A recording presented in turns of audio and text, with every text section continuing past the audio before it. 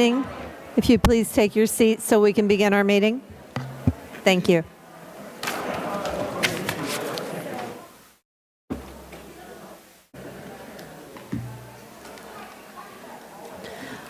I would like to call to order the October 12th, 2021 school board meeting. This evening, the invocation and pledge of allegiance will be led by Member Calderon. Thank you so much, Madam Chair. The month of October is known for many different recognitions and celebrations, but being that we're a school district, I thought we should all pause and celebrate National Principal Appreciation Month. So we know we have some phenomenal leaders here in Seminole County government, and Seminole County Public Schools, and we can't ever say thank you enough to all of our educators and especially our leaders. So I found a few quotes that I thought we would share on this very important month of celebration of our principals. Great teachers and principals can help to close persistent achievement gaps, improve student attitudes about school, and build habits of mind that can change a student's life trajectory. That's what we're here for, to change our lives of our students, to make them better than they ever imagined. Being a good leader isn't about having power over others, but about instilling power in others. Average leaders raise the bar on themselves, good leaders raise the bar for others, and great leaders inspire others to raise their own bar.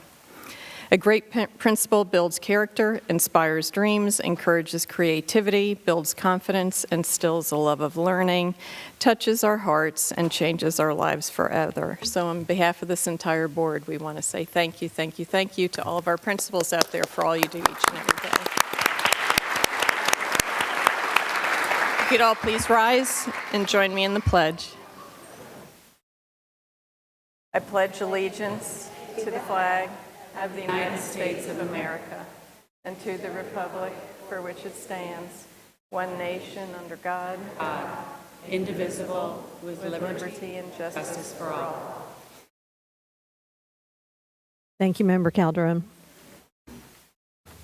As this meeting commences, please be advised that it is unlawful for any person to knowingly disrupt or interfere with the administration or functions of any school board or activity on school board property. It is the expectation that every person present or who enters this assembly will conduct themselves with civility, courtesy, and restraint. This meeting will be conducted pursuant to the district policies and procedures as they relate to order and decorum. Disruptive behavior and actions are counterproductive to the advancement of pertinent district business. Therefore, each individual is warned that failure to conduct oneself with civility and propriety may result in removal. We thank you in advance for everyone's adherence and cooperation. Let the record reflect that all school board members, our superintendent and school board attorney are present. Ms. Moramus, do you have any acknowledgement forms? Thank you. Superintendent, do you have any agenda modifications? Yes, the addendum for good cause is marked on our electronic agenda by a green flag named addendum item. I would like to pull item 6AB, and that is the only AB. What is that item? It is the proposed policy 165.1. Thank you. Did everyone catch that, board members? Okay, thank you. Board members, do you have any modifications? Member Calderon? No, ma'am. Thank you. Member Sanchez? No modifications, thank you. Thank you. Member Krause? No modifications. Thank you. Vice Chair Pennock? No, ma'am. Thank you. And I have no modifications either. Is there a motion to approve the agenda outline? Motion. So moved. Second? Second. Any discussion? All in favor signify by saying aye. Aye. Any opposed? Motion passes. Thank you. Superintendent, presentations and recognition. Yes, our Veteran of the Month will be introduced by Principal Michael Hunter.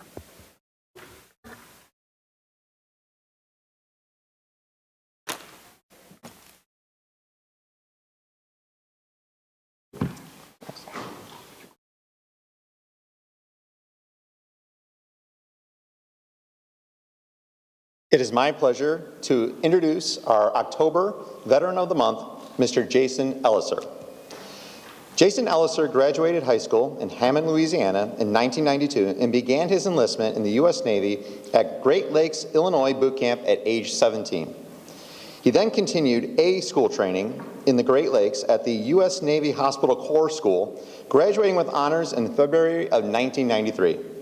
Mr. Elliser served his first assignment at Navy Hospital, Jacksonville, Florida, where he gained his initial patient care experience in the hospital's family practice clinic and same-day surgery site. It was here he earned his national EMT certification. After his initial hospital assignment in December 1994, Mr. Elliser then began orders as part of the initial medical crew of the newly commissioned amphibious assault ship USS Boxer, stationed in San Diego, California. The Boxer, although primarily a carrier for landing and launching Marine Corps helicopters and jets, serves as one of the Navy's largest casualty receiving ships. Mr. Elliser served a crew of over 1,100 sailors and 2,000 Marines, examining and treating patients at daily sick call clinic, delivering all immunizations, and serving on the emergency medical response team as a flight deck and medevac corpsman. While on the Boxer, he also spent considerable time teaching crew members first aid and CPR in various health-related cases and earned his American Heart Association instructor certification. Mr. Elliser earned the rank of Petty Officer 3rd Class during this time and was awarded the Battle E Medal for Operational Excellence. In July of 1996, Mr. Elliser finished his first enlistment and began attending the University of Wisconsin in Kenosha, Wisconsin, pursuing a BS in molecular biology. During this time, he worked as an EMT on ambulance while also continuing to teach CPR first aid through the Red Cross. Shortly after beginning college, Mr. Elliser re-enlisted, this time serving as a field medic for the next 3 years with the Wisconsin Army National Guard's 126th Field Artillery Command. After 3 years as a senior field medic, he re-enlisted again, serving 2 years as a corpsman assigned to Mobile Fleet Hospital 23, U.S. Marine Corps Reserve Center, Milwaukee. Mr. Elliser finished his BS degree in molecular microbiology at Southeastern Louisiana University in March of 2002 and completed 2 years of postgraduate studies at LSU School of Medicine in New Orleans before moving to Orlando in 2005 due to Hurricane Katrina. He began teaching medical and nursing classes at Satura Institute in Orlando, where he served as a medical education programs director until 2011. He then worked for pathology labs until beginning a career teaching at Lyman High School in 2016. Mr. Elliser has been a teacher at Lyman High School for 6 years, teaching primarily honors anatomy and physiology and biology. He has also taught environmental science, physical science, honors chemistry, and AP chemistry at Lyman. He lives in Castleberry, Florida, and is the proud father of 2 sons and 2 daughters, 2 of whom are Lyman graduates so far. He is joined today by his children, Anna, Claire, and Jackson. Again, congratulations to Mr. Jason Elliser, our Veteran of the Month.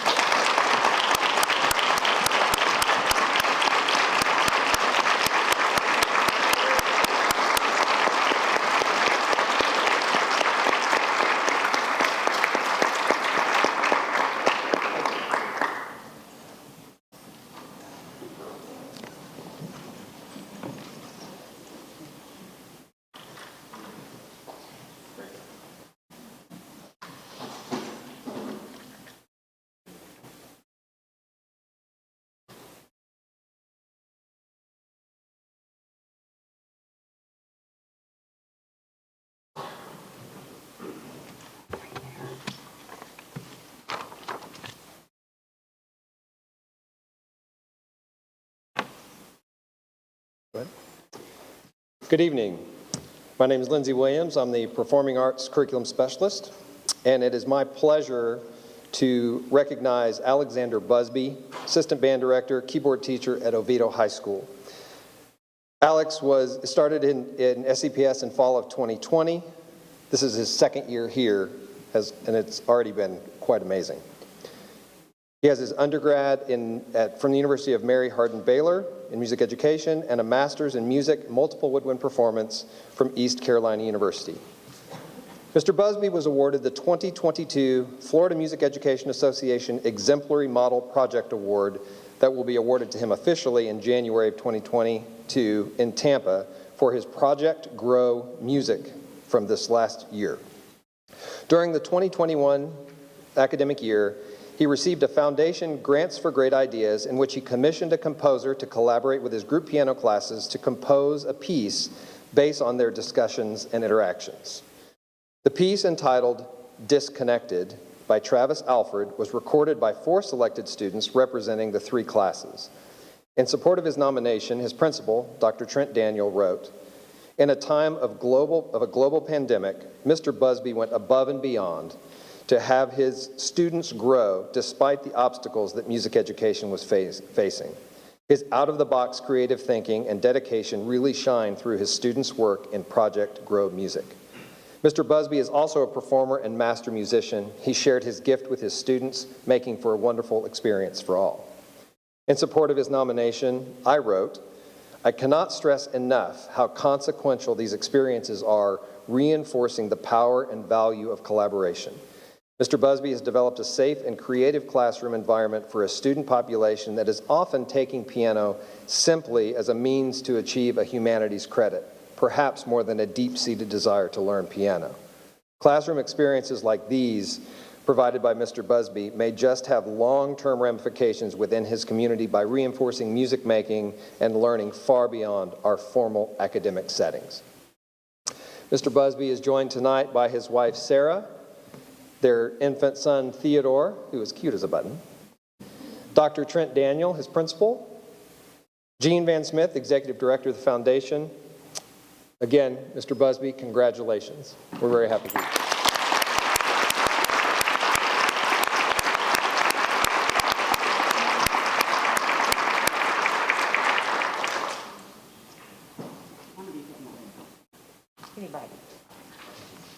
Good evening, board members and Ms. Beeman. Tonight I'd like to introduce to you our newest assistant principal, Ms. Christina Rowley-Huss, our new assistant principal at Rainbow Elementary School.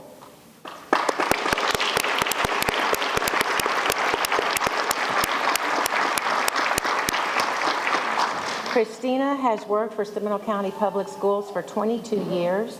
She started her career as a classroom teacher at Midway Elementary School. From there, she moved to Winter Springs Elementary School, where she took on the role of interventionist.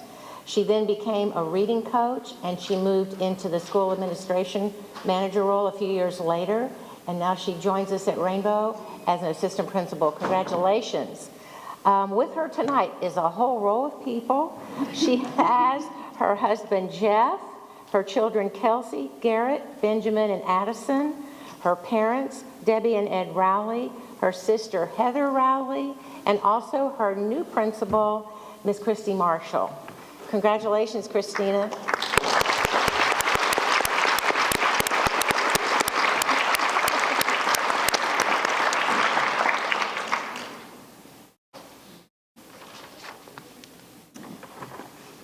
I would also like to recognize our newest elementary assistant principal to Midway Elementary School of the Arts, Chris Pombano.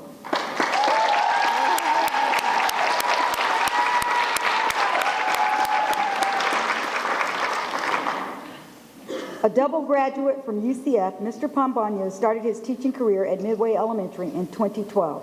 In 2017, he was named Seminole County Public Schools District Teacher of the Year and has served as a teacher, instructional coach, school administration manager, and now assistant principal within the district. Mr. Pombano is excited to continue his journey in Seminole County Public Schools at Midway Elementary, where he first started his teaching career. Joining him tonight virtually are Margaret and Paul Pombano, mom and dad from the Big Apple, New York. Hi, mom and dad. Principal Kathy Lambert, and a host of teachers and friends from Midway Elementary School. Congratulations.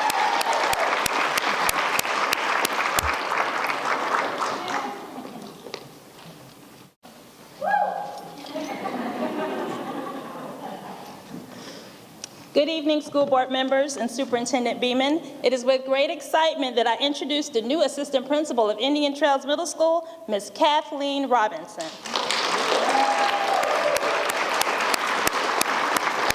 After graduating from Lake Brantley High School and the University of Central Florida, Mrs. Robinson started her career as a high school marketing teacher in Knoxville, Tennessee. Over the years, she's served as a high school dean, a university site coordinator, an adjunct professor, and an entrepreneur of scrumps, cupcakes in East Tennessee. She earned her educational specialist degree in instructional leadership from Lincoln Memorial University. Since returning home to Seminole County Public Schools, she has supported middle and high school CTE teachers as an e-pathways facilitator.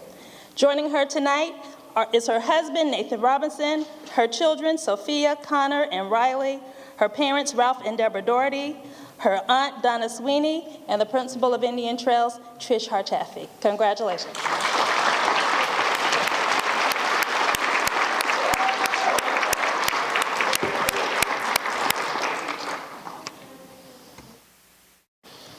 All right, good evening, Superintendent Beeman and board members. Tonight, I have the privilege of letting everyone know about our new assistant principal at Seminole High School, Shelley Prom.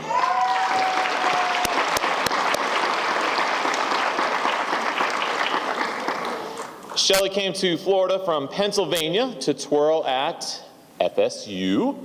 And after I hear some woos in there.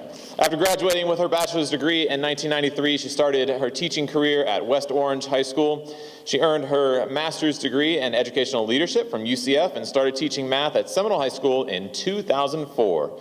She's married and has 3 children who are all either college graduates or currently in college, and she is joined tonight by her principal, Dr. Jordan Rodriguez, her husband, Corey, and I know they're watching online as well, her daughters, and everyone in the family as well. So congratulations to Shelley Prom.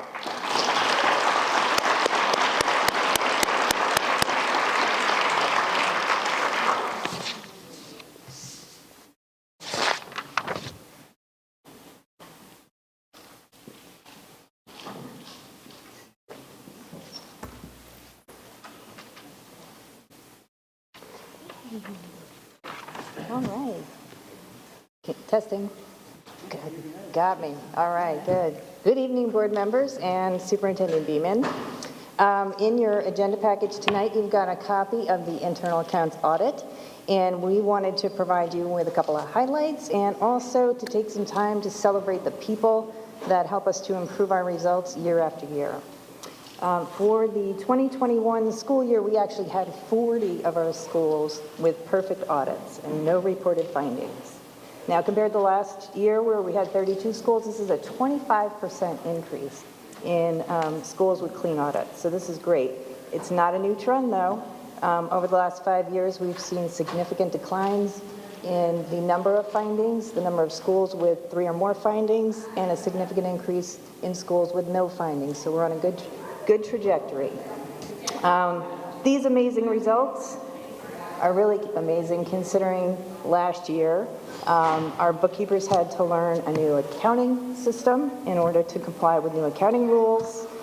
They had to deal with COVID-related issues as well as help to staff in places sometimes doing jobs that are outside of their normal bookkeeping. So these are really amazing results. We'd like to give also special recognition to the district staff that support the internal accounts function. So I want to give a special mention to Lorena Bruno. Lorena, can you stand up, please? Lorena, there she is. Okay.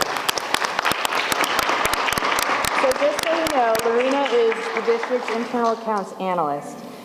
She is highly dedicated to the school bookkeeper's success. She provides them with the tools, training, and guidance that they need to succeed. She really leads the district in this area in all of our efforts. She provides the leadership and direction and the needed continuous improvement that's really getting us some results. So she's been with our district just over 3 years now, and you can see that we're making significant progress. Also want to point out that there are 18 schools that have had 0 findings for 3 years or more. And on the slide? Okay, so very quickly, we want to recognize Nilsa Colon, Jennifer Carl, Tracy Lamata, Dee Dee Abrams, Kathy Smith, Jacoba Collins, Karen Crossan, Mary Lee Sawyers, Kim Dunning, Caroline LeBron, Melanie Cruz Phillips, Melanie Miller, Marilyn Kirker, Diane Snyder, Debbie Giordano, Kathy Huddleston, Susan Rooks, and Colleen Barber. Let's give them a big round of applause. No small feat. 3 or more years consecutive, no findings. I think that's amazing. So I just want to say also thank you to the principals and the faculty and the staff that support these people and support all of our efforts to do the best job that we can and to continue to improve. Thank you. Thank you very much.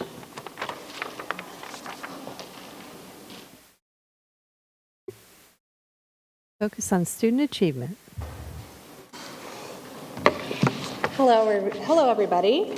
So in the interest of October being a month of many things, it's also the month for National Disability Employment Awareness, Learning Disabilities Awareness Month, Dyslexia Awareness Month, and ADHD Awareness Month. So we're going to talk a little bit about a few things related to how we serve students with disabilities here in Seminole County. This is just a brief overview of some recent changes and some new things that we are focusing on within our school district. So I'm Tanya Shores. I'm the Director of ESE Services. So today I'm going to hit on pre-K ESE services in our district, our audiological services, ESE services, and how we're grouping students based on their needs throughout the district, and also our transition services. So first, in thinking about pre-K ESE services, I want to touch on relationships that we have with some outside organizations. So we work very closely with Early Steps, which is our provider in the community for birth until age 3, and we work closely with them to ensure a warm handoff into our services at age 3 and beyond. We also work with our Head Starts throughout the community, so Early Head Start and our regular Head Start. And one of the things that we started doing a couple of years ago with our Head Start sites was really supporting them in ensuring that we are getting kids into early intervention services as quickly as possible. So we visit all of our Head Start sites and do a developmental assessment to ensure that students are being placed in services as early as we can. So another thing that our pre-K ESE team works on is partnering with other things that happen throughout the district. So our Great Start program, we have one of our team members who works with those families in that program to really look for any deficits that we may see so that we can start getting students into those services. We also have a program that we started where we have a speech-language pathologist who provides home visits. She also provides hand-in training, and those are totally free of charge. And really, if we find families, we want to get to them as early as possible and just help support parents in supporting their children's communication growth and their developmental growth. So at some point in that process, they're referred to our pre-K evaluation team, and that's located at our pre-K evaluation clinic off Reinhardt next to Crystal Lake Elementary. They do transdisciplinary developmental assessments to really look for those deficits and determine if students meet criteria for pre-K ESE services. And those services look a lot of different ways. They may look like speech and language therapy. They may look like classroom-based services at many of our elementary schools that house those programs. And I know with some of you guys, I've had the chance to visit some of these classrooms, and you've supported some programs that we have implemented. So we see a picture of our Safe Place. That's a big component of conscious discipline that many of our pre-K ESE teachers implement, and Ms. Pennick is here on a visit that we went on together to a pre-K ESE classroom. So our audiological services, this is, we have 2 audiologists on site at Altamont Elementary. So that's where our audiology clinic is located. They do hearing evaluations, hearing aid checks, and programming of hearing aids. They also complete auditory processing evaluations. They can work with families and students to provide hearing assistive technology. So that includes FM system, for those students, and also maintenance of those devices. So we work very closely with those families and sometimes external audiologists as well to make sure that our students have the hearing technology that they need to access the learning environment. So once we've kind of gone through those clinics or eligibility and evaluations at the schools, some other service providers step in typically to help develop what's called an individual education plan or an IEP. So those service providers, a few of them are listed here. We have ESE teachers, and that can be a specialized ESE teacher, such as a deaf and hard of hearing teacher or a vision teacher, or more of a general ESE teacher who works on a variety of skills on a school campus.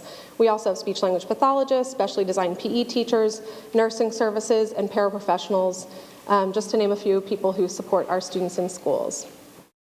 So So with all of those things coming into play, I want to talk to you guys a little bit about least restrictive environment. And this is a newer graphic that we're using to kind of conceptualize this. So if you see this triangle, you can see the top is general education, and then the bottom is our separate day school. And students should really move up as they require less support, but then move down if they require more support, only as far as appropriate by layering services. So what I want to stress to you guys is that all ESE students are general education students first. So our conversation needs to be, how are we accessing the general education environment? And if we are struggling with general education, what are we layering in to provide support so that we can access general education? And so that's where you see this layering approach is most effective, that we can get students the exact amount of service that they need, because least restrictive environment really should be an individualized student decision based on their needs.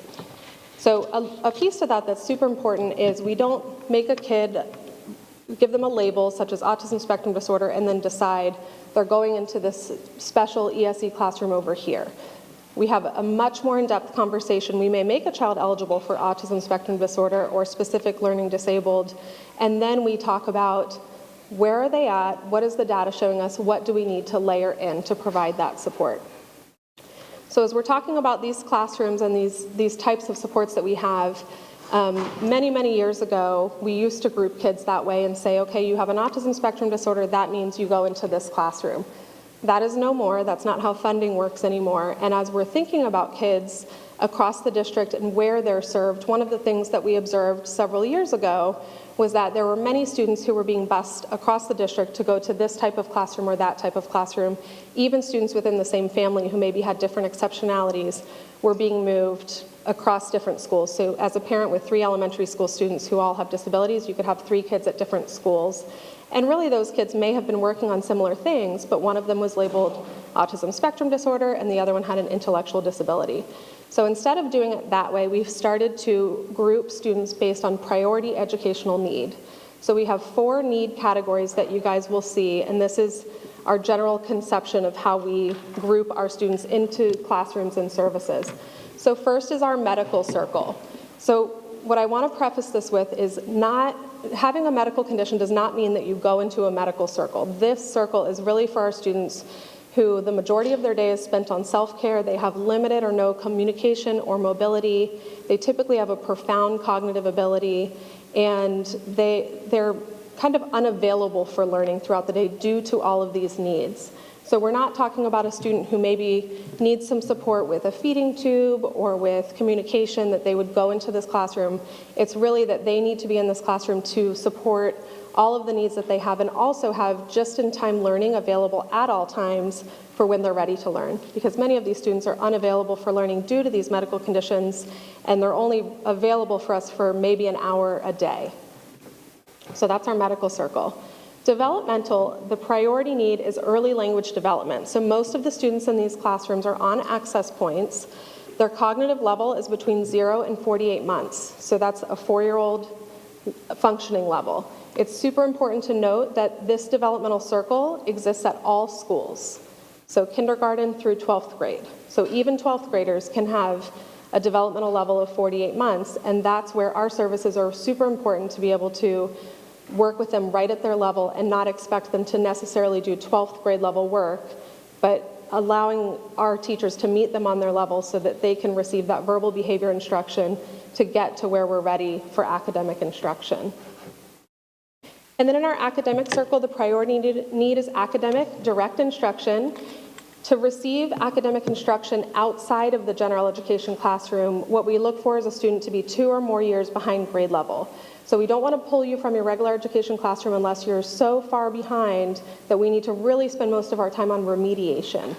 And the other layer to that is it's not an all or nothing. So we don't pull you into academic because you're 2 years below in one thing. We look at each area, we look at each piece of data, and we make decisions accordingly. So you may come into this classroom just for reading, you may come into this classroom just for math, and then the rest of the day you may be in the regular education environment. And last but not least, our behavioral circle. So in this classroom, the priority need is stabilizing social emotional learning. The behaviors that we see in this classroom are typically related to mental health or trauma, and they look like high magnitude and very disruptive behaviors. So obviously the priority is getting those behaviors under control so that we can engage in productive learning. So I want to circle back to this LRE graphic. So now that we've talked through each one of these circles and you guys understand that we're grouping based on need, the least restrictive environment component of that need continues to be a separate decision. So any one of those 4 circles can still be served in the least restrictive environment in some capacity, because the most important thing that we're considering is how are we accessing that general education environment? How are you getting that time with your typical peers? And how are you experiencing things in that environment that are meaningful for you and allow you to make meaningful progress? Last but not least, our transition services. This is always our goal. We always start thinking about early on, what are things that we can do to prepare you for graduation, to prepare you for your next steps. And legislation agrees, because they just changed the law that we now start transition planning at age 11. So in that IEP year that the student will turn 12, we're having that transition discussion and talking about what your post-school goals are. So some of those goals really focus on college and career, but then they also may focus on independent living, on job skills, and ultimately the overarching discussion is about how do we become gainfully employed so that we can contribute to our community. One of the things we've been working on this school year in particular is collaborating with ePathways to talk about how we can make our CTE programs more inclusive for our students with disabilities, and we're excited about some of the things that we're working on with them. I have logos of some of our business partners that we work in the community with, where we have our students going into these businesses and many, many others. And Jill is now going to play a video for us, highlighting some of our work with Advent Health.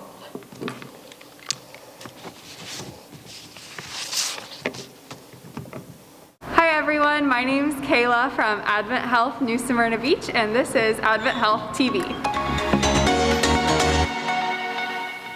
Hi everyone, I'm Tom Johnson. We start this week with a program that helps our CFD emergency departments while also helping local students get valuable work experience. Videographer David Maddox shows you. These are my Project Search interns. They're doing a 1-year internship to work on job skills. 15 times 50 is 750. We're packaging blood culture and COVID kits. They have been an integral part in our success for controlling blood culture contaminations. Every year, our emergency departments in the Orlando area collect roughly 36,000 blood cultures. What about our COVID kit? The Project Search team has really helped bridge the gap for us. So they have to make sure their station is fully stocked. That kit contains a couple blood culture bottles if it's an adult, additional bag that you send to lab, a couple alcohol prep pads. They're all putting them in bags, and they pack them in boxes of 50. And then that gets stored in the warehouse. Perfect, Bill. They're creating approximately 1,000 a day.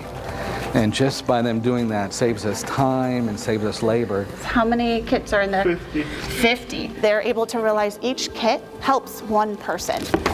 It benefits the whole Central Florida division of Advent Health, as well as it makes purposeful work for my interns. It's awesome.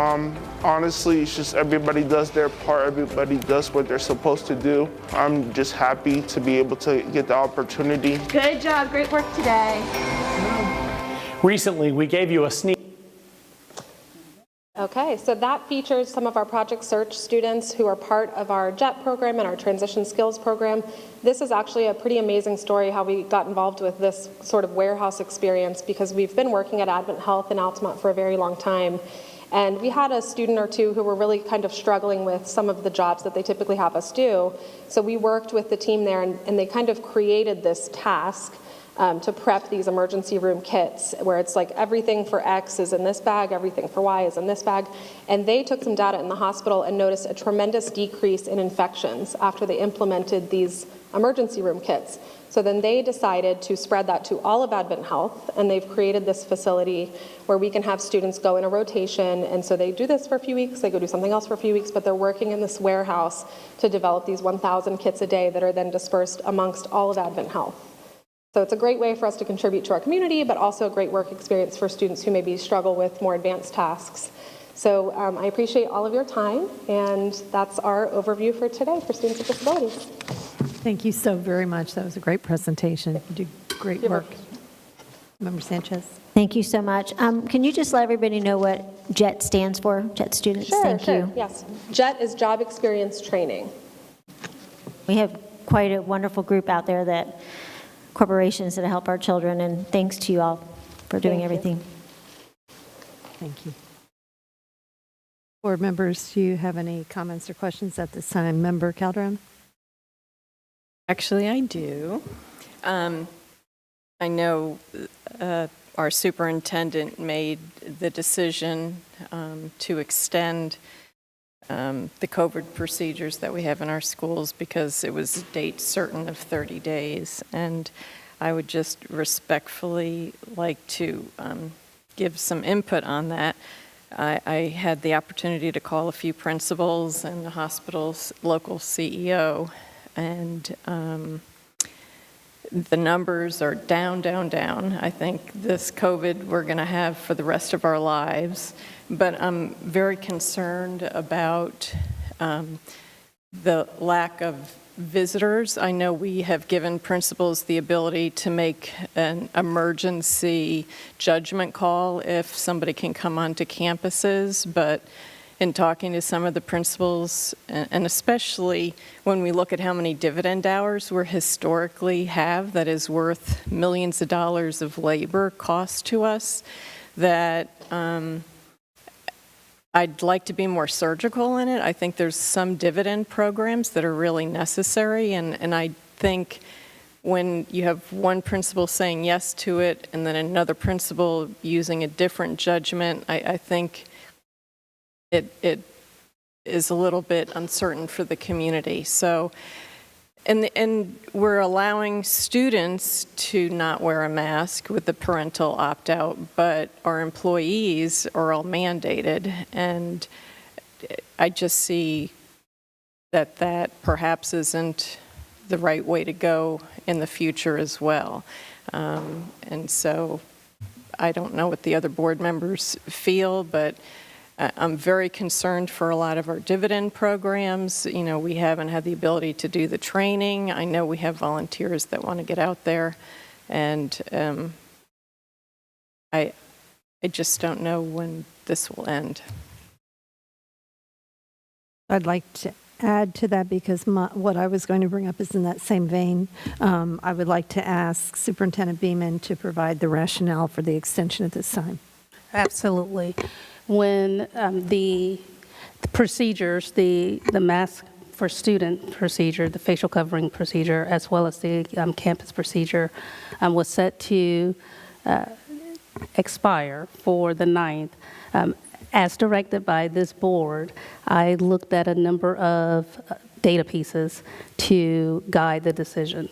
If you'll recall, back in September, when we had the special meeting, I was told to, in regards to the mask procedure, to continue using it because it works.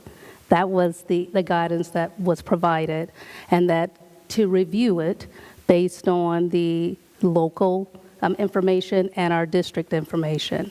And so when the time came to look at the data to determine next steps, I started with going back to May and looking at those metrics that you all felt comfortable with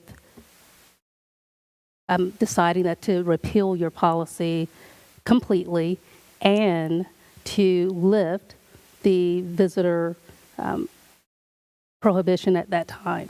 If you'll recall, all of last year, the no campus visitation procedure is what it's called now, but last year there was just no visitors per the reopening plan, and that occurred for all of last year. And as you recall, we also had a masking policy. When you look at the metrics that were reviewed by this board to determine to move forward with the repeal, you looked at a number of things in May. You looked at the positivity rate, you looked at the rate of cases per 100,000, you looked at the number of cases on our campus. And while we have lived through undeniably, 2 months of the variant kind of ravishing our community, when you compare the numbers at the time in May, when you all determined to repeal, they are still not where we're at today. And so, for example, when you look at the cases per 100,000, back then we were in the mid-range of substantial, so 50 to 99 per 100,000. As of Friday, we were at 101.5, which, per the CDC, is considered high transmission. When you're looking at the 100,000 cases per 100,000, you also compare it to the positivity rate.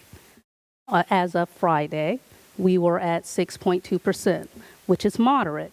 But when you're looking at the two indicators together, you go with the higher one, according to the information that I'm looking at, which means we're still, as of Friday, when the decision to move forward had to be made, in the high transmission.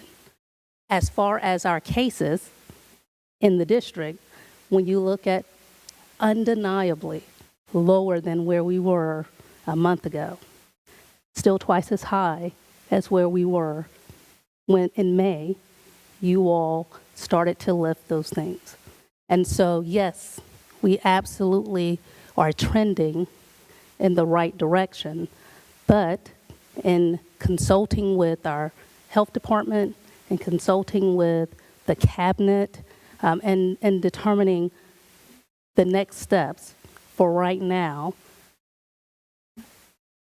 we were not quite where you were when you all made the decision to lift that policy and lift the no campus visitation procedure back in May. And so that is why I extended and I'll tell you, Dr. Calderon, I agree that we're trending in the right direction, which is why the extension is through the 29th, because I do believe that we are going to be in that place quickly here, where we are kind of in that substantial, low, moderate, when you're looking at the transmission and the cases, and that we're going to see fewer cases on our campus. And so I thought a two-week review time would be appropriate. Did not want to have a time frame that fell in the middle of the week, and so went through Friday the 29th. So based on all of that information, and as you all know, the procedure has an opt-out for students, and the no campus visitation procedure has authority for principals to determine what's essential on their campuses, and to make those determinations and to bring in those individuals to assist for the determination of essential for their campuses. And so with those caveats, those are the two procedures that were extended. Well, I respect that, and I'm glad to know the data that you used. Maybe we could give more guidance as to certain programs that would be acceptable for campus visitors. I'm very, very worried about our dividends program. I'm very worried about our staff having more assistance on campus, and I'm worried if we compare everything back to May. As a world, we've never gone through this pandemic before. We may never get back to those numbers again. And I'm just concerned that I'd rather it be the procedure be looked at more closely or more flexibly rather than to say 30 days, because my fear is we get the number down and the number goes back up again, and I think we have to stay. We're so low right now that I'm just concerned for our staff not having an opt-out and our dividend program not having those volunteers on campus.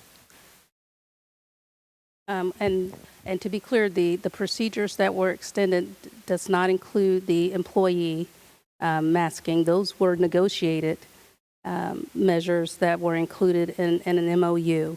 They're not part of what were the extensions as of Friday. And what will it take to undo that when the time comes? Well, and certainly the language of the MOU provides for a determination based on all of the data and the community to lift the employee masking.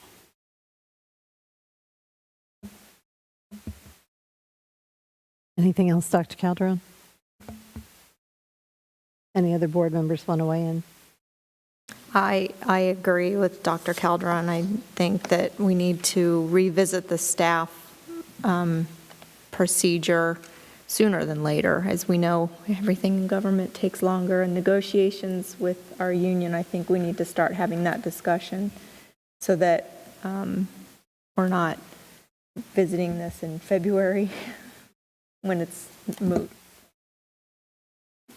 I would like to recommend looking at that sooner than later.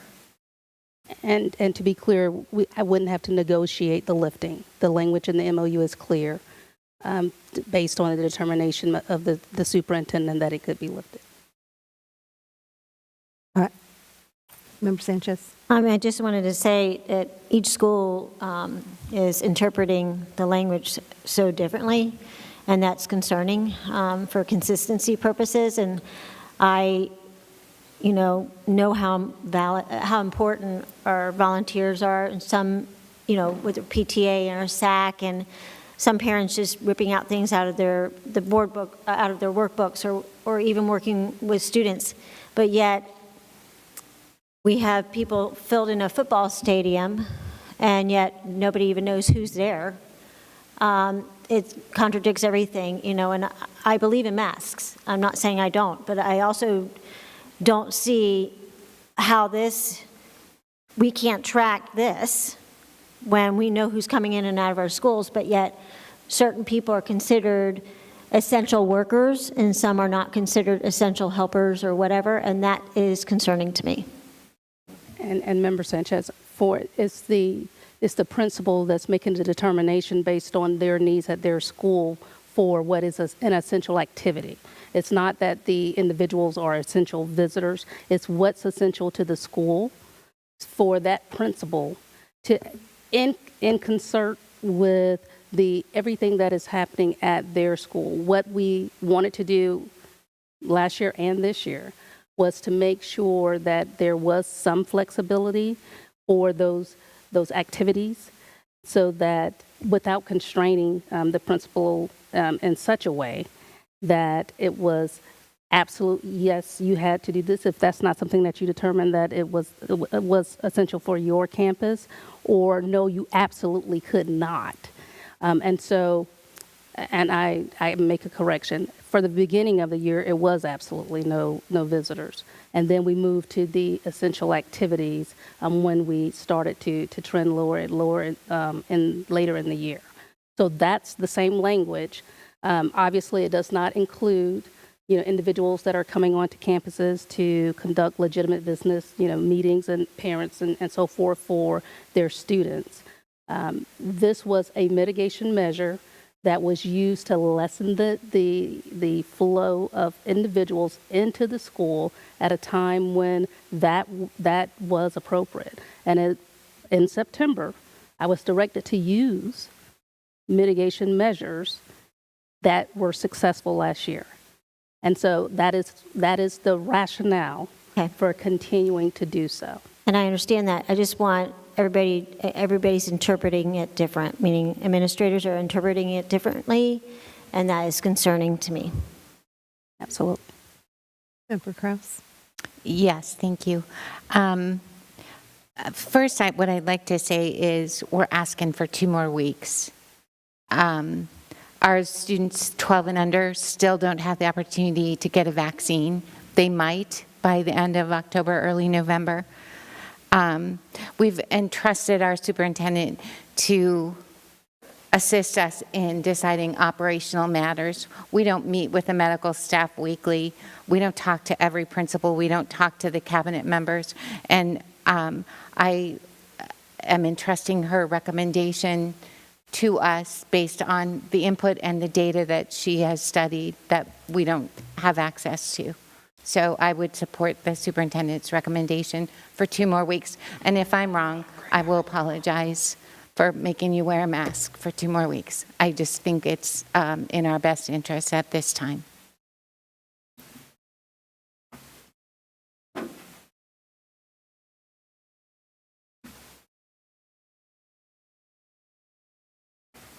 As we welcome essential visitors to the campus now or in the future, I think along with welcoming them, it's important to clearly define the expectations while they're on campus.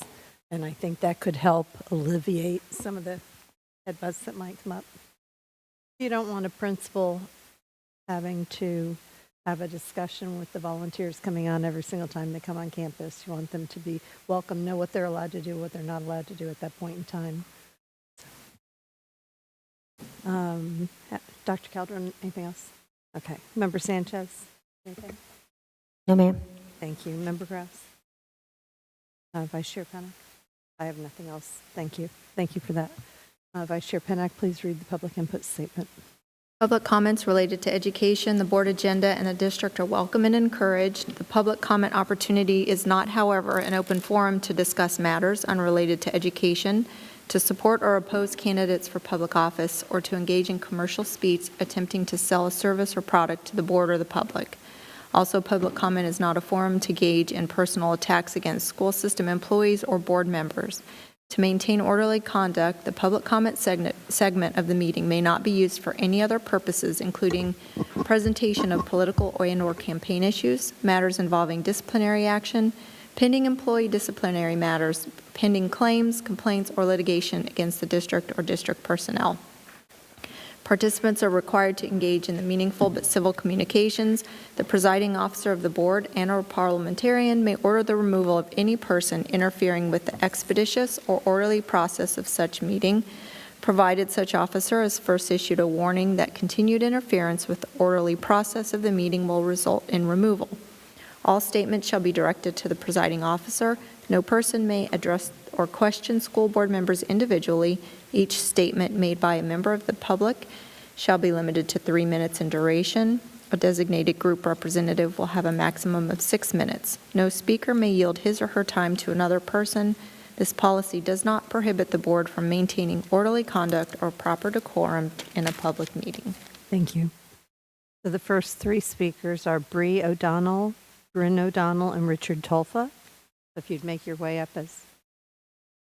please introduce yourself when you come to the podium.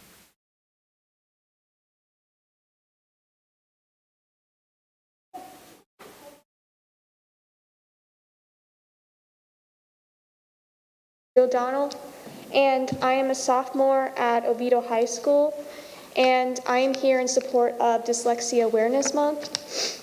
I was the first in my family to be diagnosed with dyslexia. I was diagnosed in the later part of the 2nd grade. I remember the feeling I felt before I was diagnosed, which was anger, frustration, but worst of all, the feelings of hopelessness. In 2nd, we would have writing time, and I remember the first time I wrote a story in 2nd, I would spend days writing this story, and I remember feeling so proud of it. Then one day during my independent reading, my teacher would call me up to her table and hand me my notebook. She would ask me to read a story I wrote, and I remember looking at her so confused. I'm the author of this story. Of course I can read it to her. I would look at the first word and not know what it was. I sat there until I said, I don't know. I felt like I was an outcast reading a different language that not even I knew, and that pattern continued throughout 2nd grade. I would realize that my stories would never end up on the star wall like my peers, because everything I wrote in my classes was nothing but gibberish on a page. I would say to myself, I am dumb and I'm useless. Then we would have reading assignments. She would tell my class to read a story and be prepared to answer questions about it in class. I remember I wanted this part to end so fast in class. After everyone finished the book, she would call on students to ask questions. She would call on me, and I would say I would not know a single thing that happened in that story. Then sometimes she would have us read parts of the story out loud. When I was called, I would start to read or attempt to, and I would struggle. During that time of me reading, I felt the most stupid because I felt like people were judging me, especially myself. However, once I was diagnosed and went through my intense reading classes, all that changed. My second grade teacher gave me more hope than I think any of my other teachers have. She gave me something I can now use in school. Because of her, I can take honors classes that I never thought was possible. I currently hold a 4.1 GPA and can also dream about careers I never thought I could do. It was all because I had a teacher that knew what dyslexia was and how to get me the correct help. And I want to thank her for changing my life, my education, my dreams, and most of all, giving me hope. Thank you all for listening.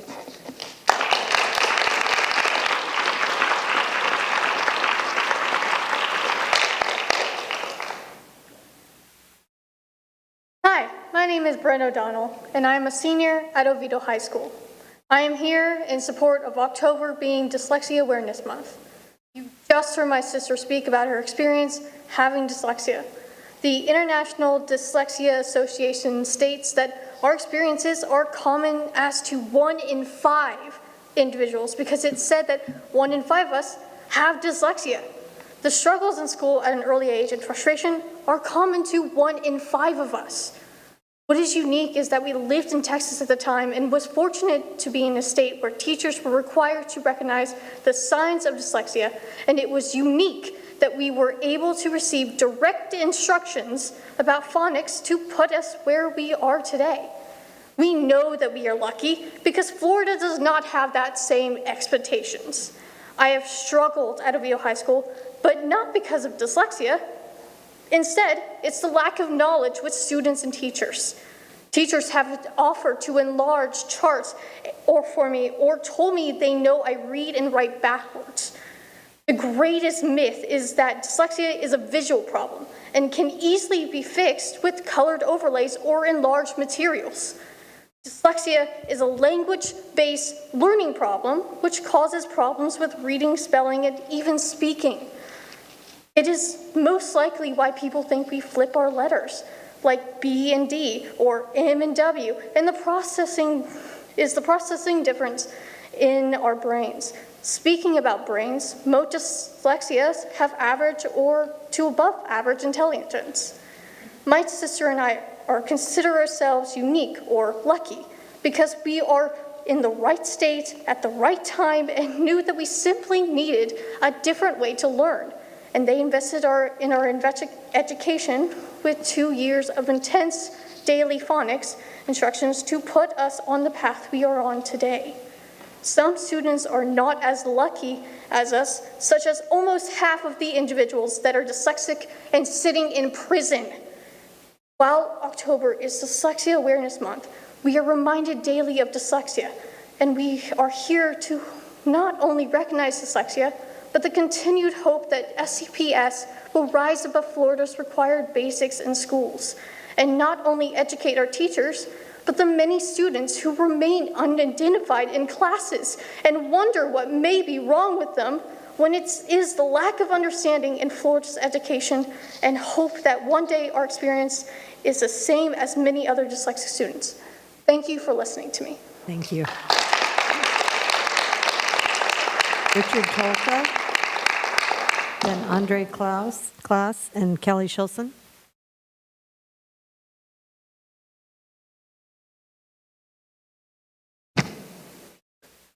Good evening. My name is Richard Tolfa. I live in Winter Springs, Florida, and I'm here to talk about homecoming. I thank you all who got my letter I sent out. Thank you, Ms. Morales, for sending it all out. Ms. Allman, I thank you so much for getting back to me yesterday. I appreciate it. Superintendent Beeman, you got a fine staff. I'd like to talk about this. My granddaughter is a junior at Oviedo High School. By the way, she's part of the national championship team that won the dance competition in Orlando, Florida last spring. They did a fantastic job. We live in the Winter Springs. She goes to Oviedo High School. Her boyfriend, Mark, goes to Winter Springs High School, about 5 miles apart by the crow flies. Y'all know that, right? Yet, they cannot attend each other's homecoming dances. And my granddaughter, Gianna, is just crushed. She's a beautiful young lady. She's doing very well in school this year. Dance is doing very well. And all these things are going great, and then they get hit with this can't go to the homecoming. It's a big deal for these girls. I'm going to tell you that right now. I'm sure we have some mothers up there that have children. And your children are going to be very disappointed if they can't enjoy their high school years. I don't know where we're going from here. I joined the Air Force in 1955. In 1957, I got my first flu shot. Here it is 67 years later, or 65 years later, we're still getting flu shots, and people still get the flu. Right? People still die from the flu. And I'm sure 65 years from now, we'll still be getting COVID shots, and people will still be dying from COVID. And I don't know where we're going to stop with this. I really don't. And I respect your position. I know you work hard at what you're doing, but our children deserve some rights. Just give you a quick example. I went through your own site today, the Seminole County school system, because I got a letter from Mr. Rice explaining to me why they couldn't do this. And one of the things he talked about is contact trace. Well, geez, I remember mad cow disease many years ago. They found the exact cow that caused the mad cow disease out of millions and millions and millions of cows throughout the world. We still can't find number one person who had the first COVID case. Well, I don't know where we're going from here. But anyway, we talk about contact trace. You still allow football to take place. Football is a contact sport. These kids trade sweat, blood, tears, the whole game. You know that, I know that. We play basketball, contact sport. Your time is up, Mr. Tolfa. Ball. Mark plays, I'm sorry? Your time is up. If you, My God. You can give Ms. Moramus your comments if you like.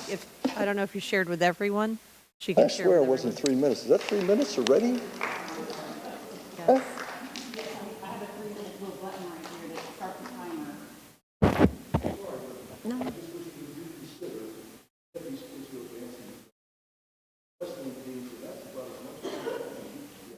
Thank you. Andre Class, and then Kelly Shilson.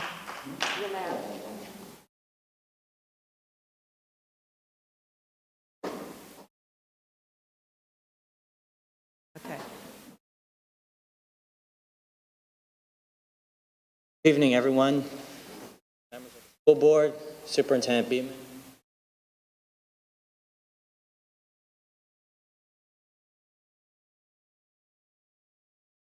The reason for my public comment today is because I feel, not just my personal feeling, but the First Amendment of the U.S. Constitution endows us with inalienable rights to partake in public debate and discourse. And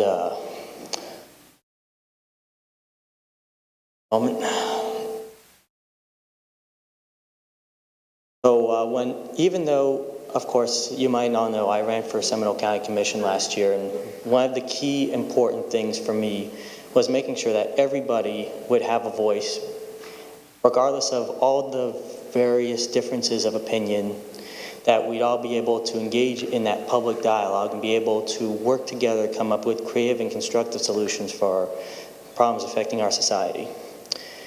One thing that had been brought to my attention, because I follow the Seminole County Schools page on Facebook, and even though I swore off partaking in politics because I'm more focused on living for the gospel of Jesus, one thing that really troubled me was when I saw under the comment section of some of these posts, in fact 34 posts in total, including starting from September 14th to as recently as today, where the administrator of the Seminole County Public Schools Facebook page has made arbitrary decisions in choosing to allow who may and who may not actually partake in the public comment section of the school district's Facebook post.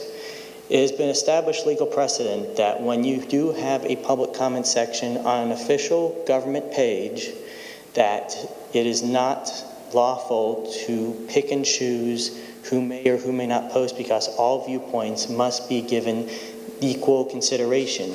Yet if I were to view, for example, I put some screenshots to contribute to the record. This is the Facebook post from October 8th about National Principals Month. So some people were able to comment on here, but here, when I go to it, Seminole County Public Schools limited who can comment on this post. I respectfully request to the members of the school board that this be looked into forthwith, because I don't see anything on the social media policy on the website right now in regards to the restriction of public comments or viewpoints, especially since this is, I have never actually posted anything in the comment section on Seminole County Schools page except to bring this matter to attention, of which sadly I've faced harassment and ridicule for doing so. And I believe that to set that example, to set that for our students to know that everybody's viewpoint is entitled to equal and proper consideration, I respectfully ask that the administrator of this page be given appropriate direction from you all in regards to this policy and as to why these actions are taking place. Thank you. Time is up. Thank you.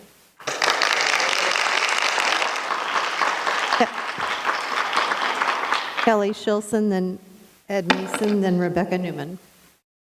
Hello, my name is Kelly Shilson, and I still reside in Seminole County. Thank you for seeing the public today. I feel the first thing that I should make clear is that I absolutely, positively have no desire to have the FBI raid my house in the middle of the night because someone got their feelings hurt.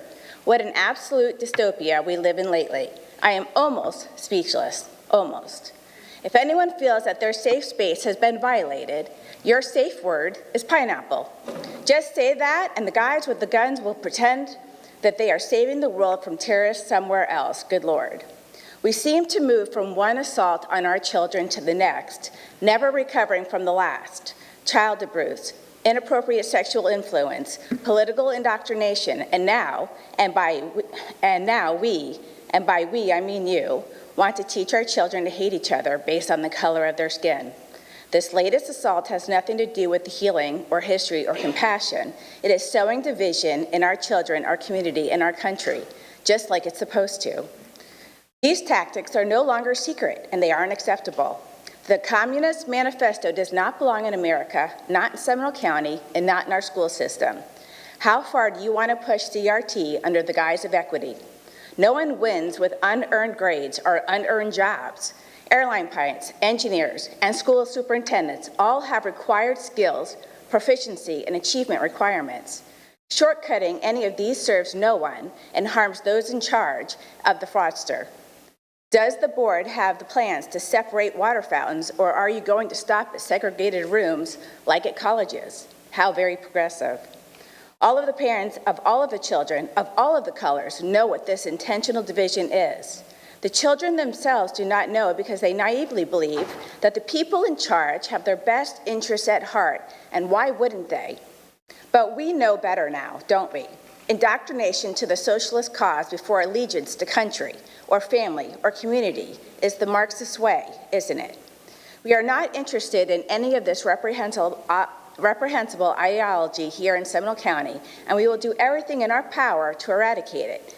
You can only keep the parents out of schools for so long, and the longer you keep them out, the more they realize that supervision is necessary. Time to open the doors, shed some light, and see what scurry is about. Thank you. Thank you.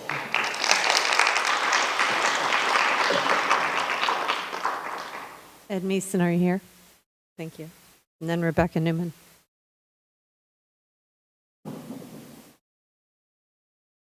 Ed Meeson, Winter Park. I don't know if you all remember, I think we're at the point where we used to be in June, all the vaccination, and on July 4th, and then We didn't make our goals and Delta hit. That was terrible. So, and when it came to universal masking and protecting the children and the teachers and the other school workers and all of their families, the majority of this board chose to pass on the universal masking for the students. Opt out just by say-so is not really this despite all the evidence that we all saw. We were here in the meeting a month or so ago by experts in epidemiology, public health, and pediatrics. The majority of the board was, I think, bullied into choosing these safe by a Tallahassee tyrant and bullies that were frankly in this room. We talk a lot about bullying in the classroom. We can do better. Made the schools less safe for our children, teachers, and other workers and their families. Don't take my word for this. There was an article in the paper about on the 8th report rates nearly double in schools that didn't have masking mandates. Let's see, I proposed in my talk, and I also sent you all an email with a three-pronged approach to make this decision. I suggested that masking should be universal until we meet these goals. One, with some legitimate medical exceptions. The goals would be hospital bed availability, local infection rates below 5%, vaccine available for the 5 to 11-year-old cohort. Last month, Adventist Health Systems reported that we were out of the red zone and bed availability is come up. Goal number 1 achieved. Saturday, the Department of Health reported that we are now under 5% positivity rate. Goal number 2 achieved. This doesn't account for a community infection rate that the superintendent. Reports abound about Pfizer and Moderna both being very close to having their vaccine rate approval for the 5 to 11-year-old patients. That would be goal number 3. I think then we're looking at a safe situation. You may say to yourself, no harm, no foul. Well, there was a woman in the paper, Ms. Ulrey, whose 11-year-old son was in Seminole County 6th grade and got sick and now has a heart condition. How many others are there? Well, we really won't know, but what we should do is try to do the best we can. We have only certain tools, and the mask is one of them.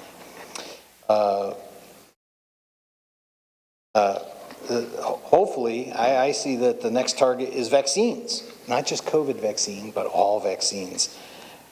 Board willing to let smallpox and polio back into our schools? I hope not. Thank you. Thank you. Public participation at board meetings. Public comments Rebecca related to Newman, education, the then board Frank agenda, Hunt. and the district are welcome and encouraged. A public comment opportunity. As this meeting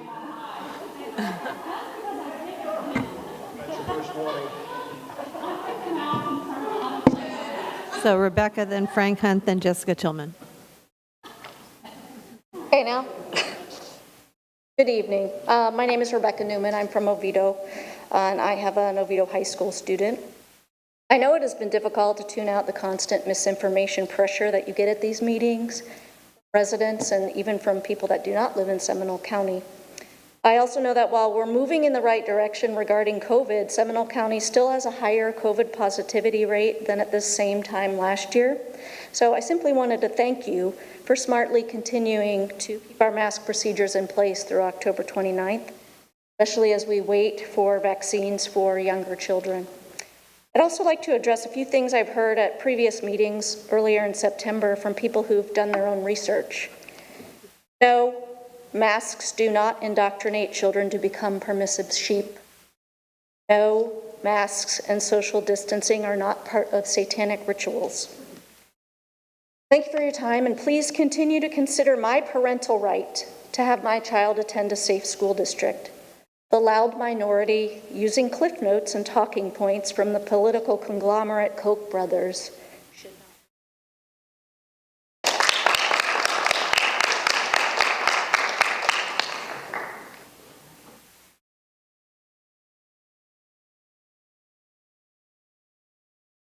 not.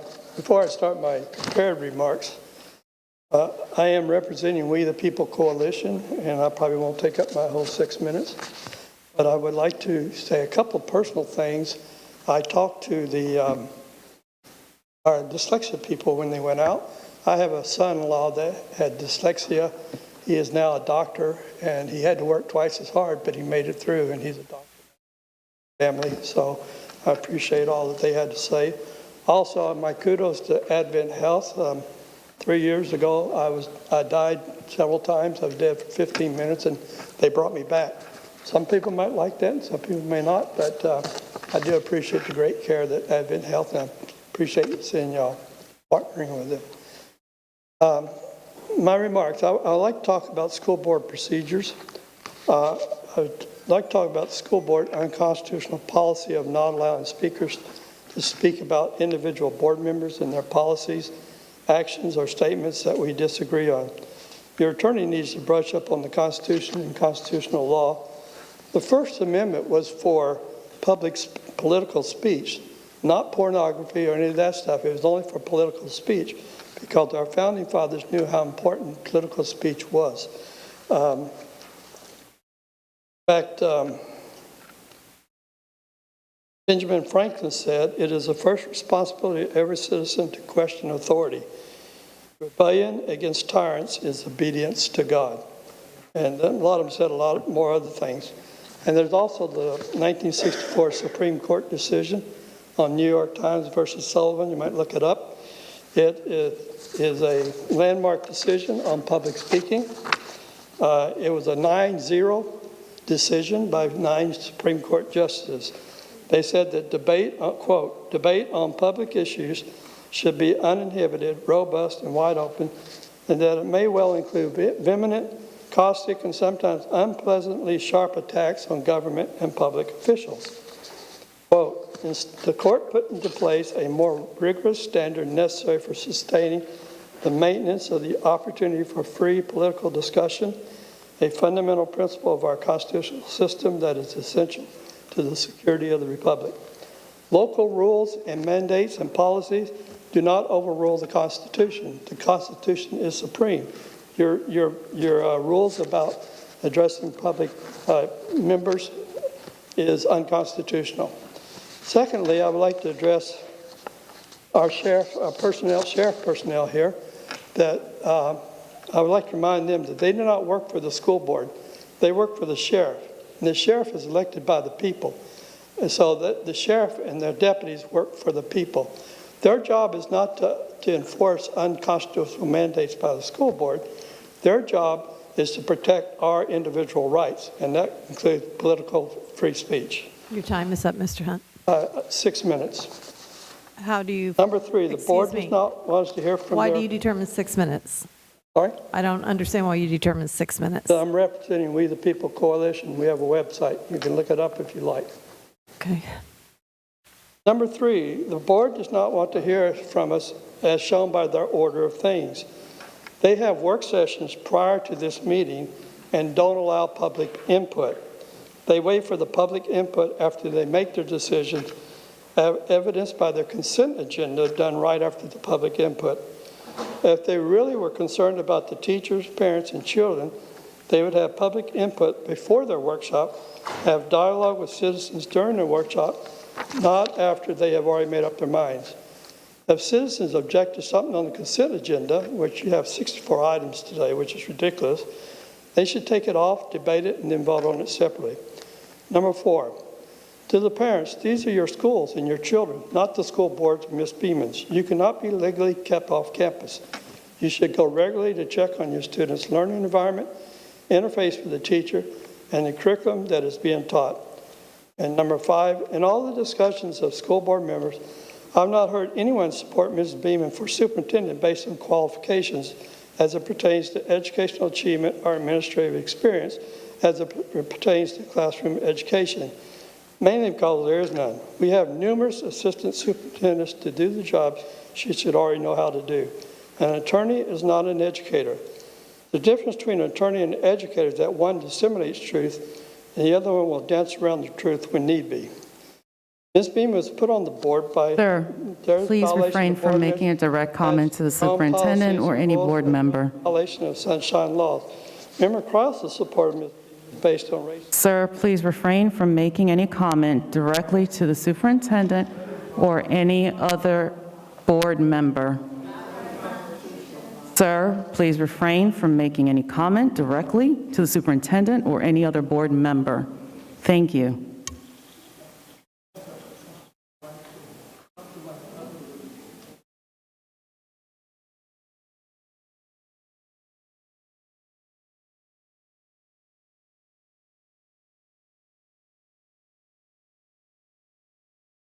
I need the audience to also refrain from making any comment during this public. Let the speaker finish his statement in the appropriate manner. Sir, refrain from making any direct comment about or to the board member or the superintendent. Sir? Sir, I have asked you many times. Sir?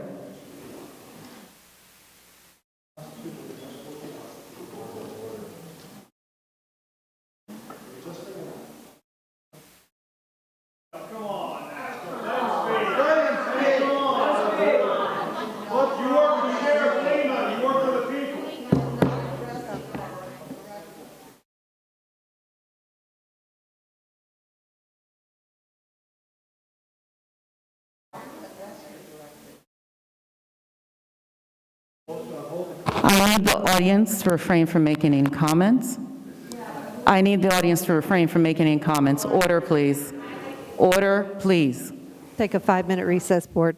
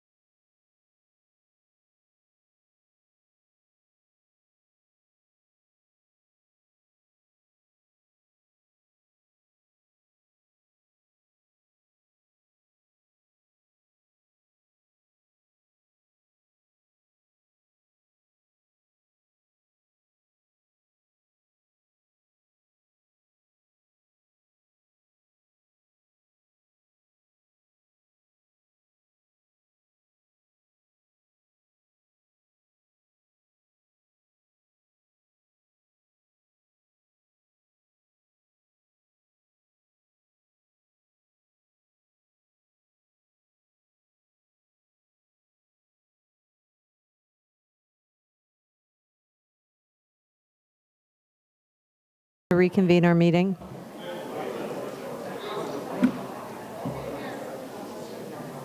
Thank you. Jessica Tillman, then Joyce Stricker and Cheryl Bryant.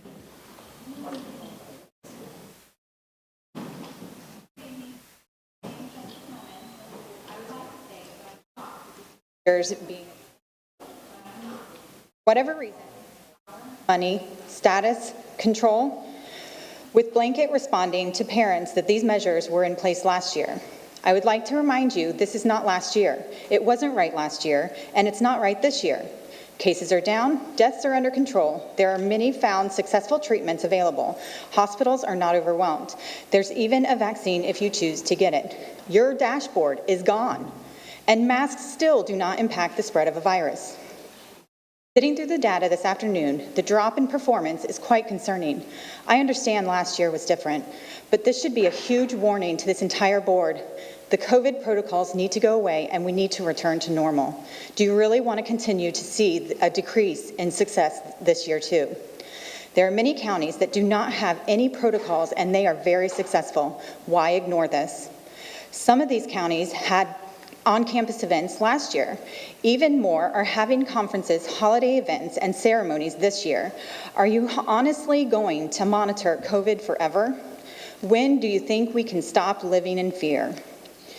It's also confusing who exactly isn't allowed on campus. While you say legitimate business is allowed, like all of these tyrannical procedures, each school does their own thing, and parents are having trouble having their in-person conferences, no Halloween events this year, and the list goes on.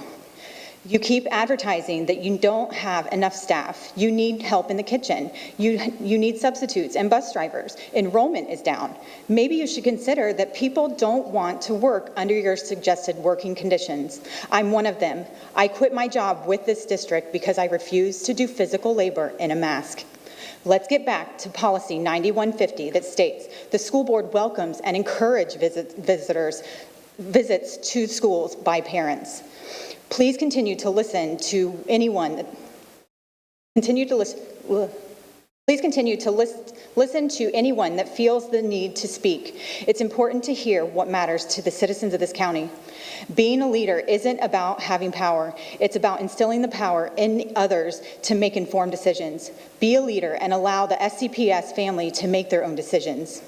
I fear that in every elected office, members will obtain an influence by noise, not sense, by meanness, not greatness, by ignorance, not learning, by contracted hearts, not large souls.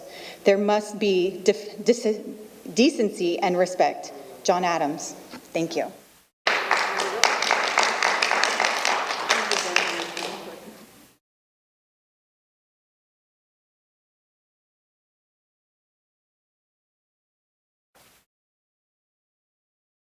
You're up. Yes.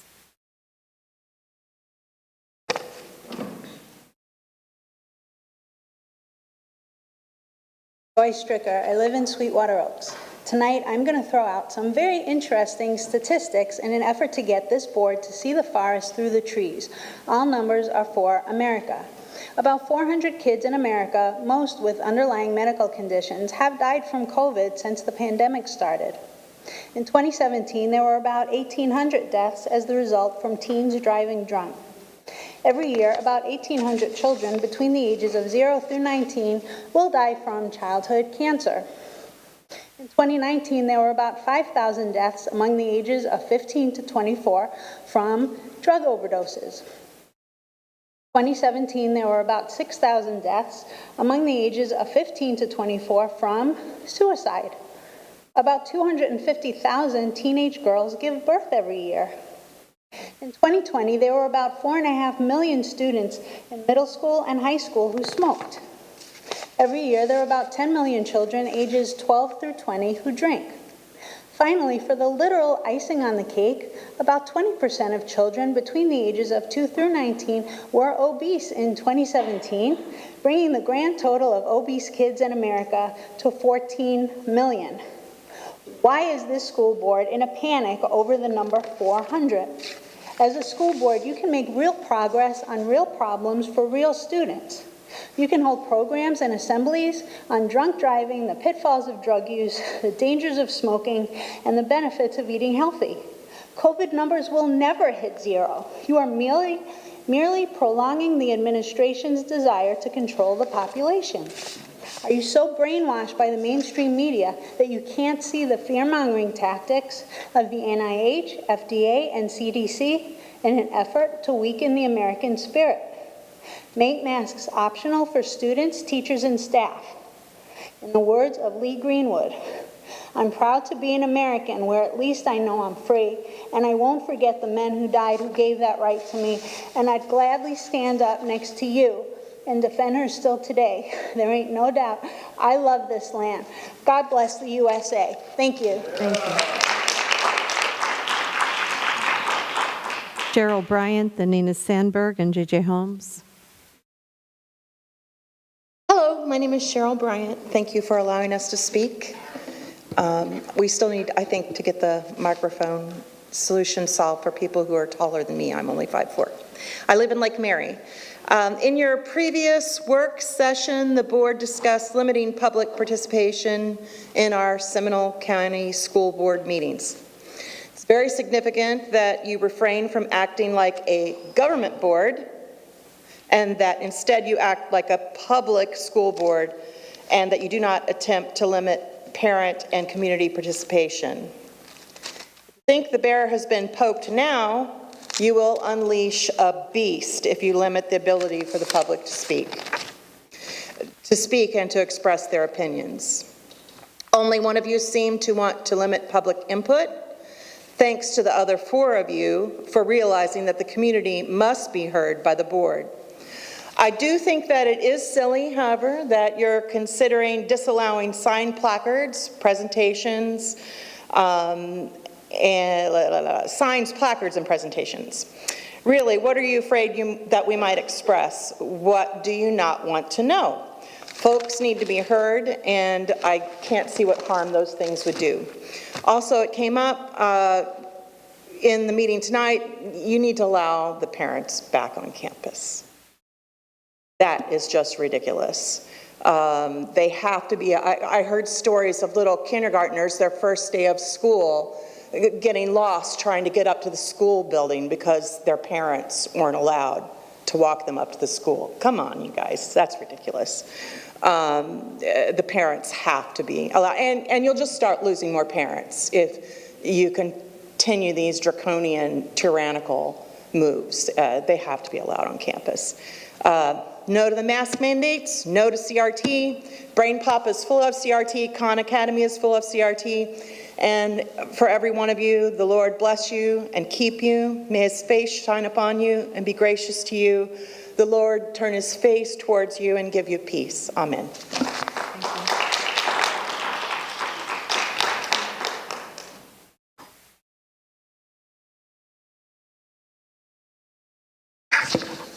Hi, I'm Nina Sandberg, and I'm a witness to the fact that that gentleman did not address the superintendent directly. That is a lie. School board needs to prohibit lessons which teach that modern individuals, by virtue of race, ethnicity, religion, color, or national origin, are inherently responsible for historic actions committed in the past by other members of the same race, ethnicity, religion, color, or national origin. You need to prohibit lessons which segregate students into groups to label them as oppressors, the oppressed, the privileged, the victimized, or the good and the bad according to their immutable characteristics. You need to prohibit lessons which promote any kind of discrimination, prejudice, bigotry, and hate towards other people based on their immutable characteristics, and which promote new kinds of reverse racism, bigotry, prejudice, and hate as being pushed by the extreme left-wing radical critical race theory activists and urban domestic terrorist groups associated with the extreme radical left wing of the Democrat Party.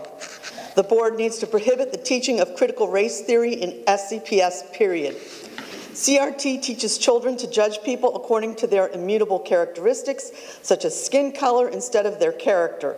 It teaches children to practice new forms of racism, sexism, discrimination, bigotry, prejudice, hate, and intolerance. It is contrary to the teachings of Dr. Martin Luther King Jr. and our civil rights laws.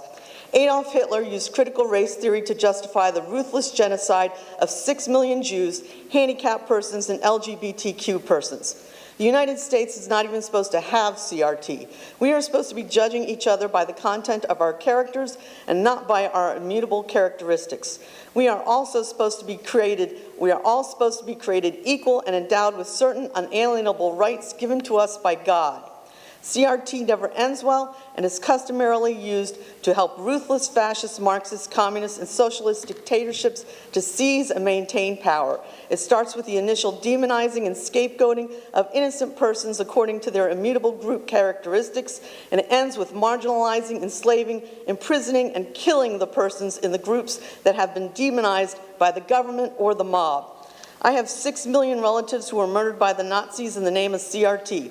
What if Germans and Austrians did not follow the CRT mob and did the right thing instead? How many innocent people would have lived if they did not follow the CRT mob? Now it is your turn to do the right thing and not follow the CRT mob. Do the right thing and keep this hate-mongering filth out of my children's educations. Don't follow the mob, stand above the mob, and do the right thing instead. Thank you. Taylor Randa. Taylor Randa.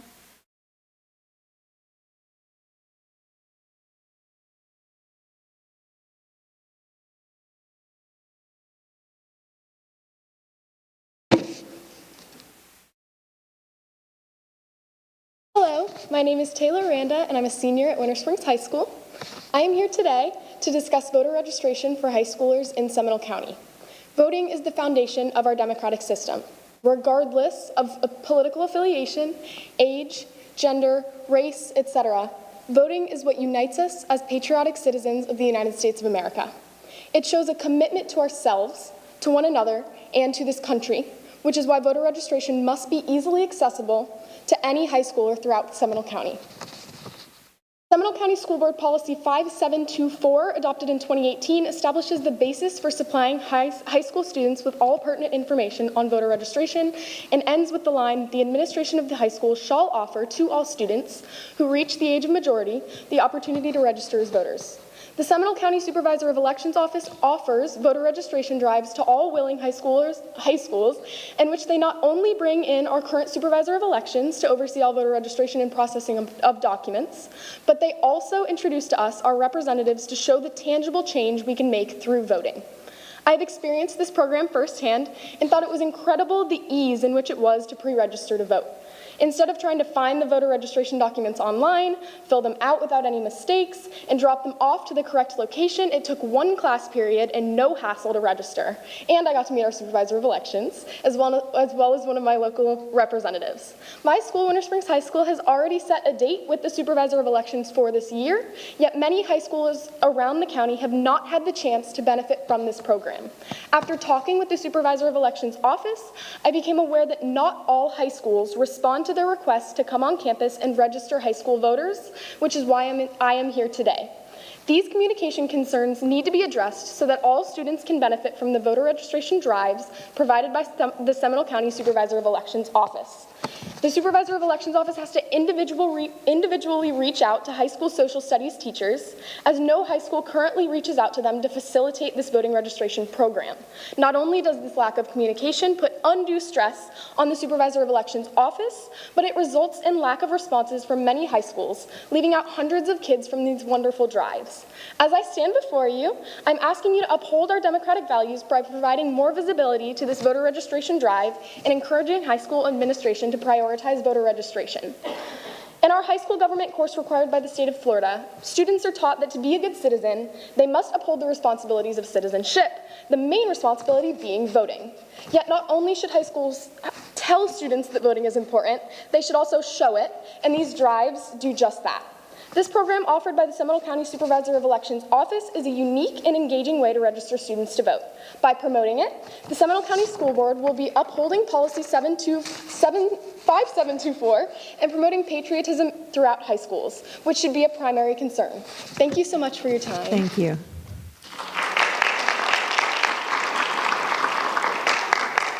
Mr. Rice, prior to you becoming Assistant Superintendent for high schools, I can remember Dr. Calderon and I assembling with supervisor elections and all the high school principals so they could be deputized and be able to accept the applications. Is that still not going on? Is there a campus that you're aware of not doing registration? To my knowledge, I'm not aware of a campus that's not doing it, but we have not had forward conversations about this, so I will bring it up in our next principals meeting on the 21st. Great, thank you very much. Leslie Kirschenbaum.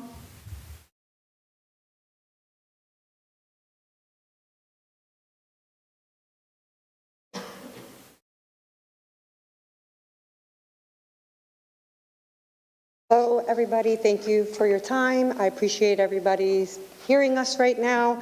I actually came to thank a couple of people. I want to thank the teachers who are doing their best right now with everything going on. My son is a high schooler in Lyman, and I have an 8th grader in Rock Lake. And I'm going to say that despite everything, those principals and assistant principals are going above and beyond for their students, despite everything. You know, I heard that some principals are making their own decisions on making calls of who's essential. Well, I've got news. They are also making decisions on who to ask for those opt-out. My children have yet to be called in the office, and many of us can say the same. So there's a lot of picking and choosing as to what principals and what people are doing. I would hope that we can come to some type of agreement. I genuinely see that there are faculty, and I see some of you guys actually that are trying to move on as a community and come together, despite some agendas that are still trying to be pushed. I see the heroes, many of us see them, and we want to thank you, each and every one of you, for sticking up for some of us here that come every school board meeting to fight for what's right. Also, less restrictive class for IEP is also great, and I'm all for it. I have a child that will be 3 years old, and I don't know if he's going to start the early steps. I'm hoping I can revisit this, and I hope my son can be enrolled in Seminole County Public School, because I hear great things from what they have to offer autistic children. I'm just nervous that my child will be put back in a mask, God forbid, the next wave when the next vaccine rollout comes on. But that's neither here nor there.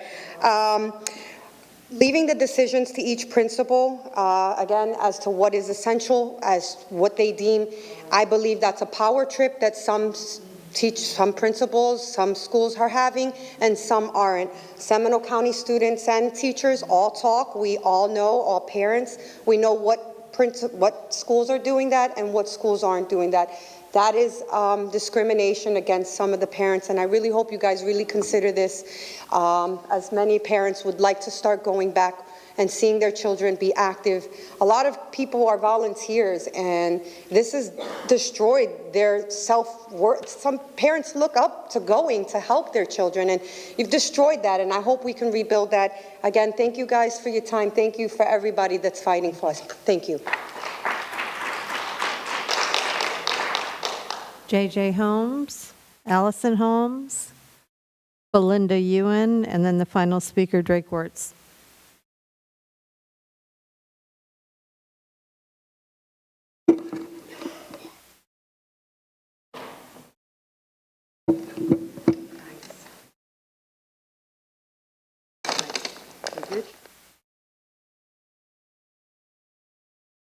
Superintendent Beeman, members of the school board, my name is J.J. Holmes, and I am one of the 83%.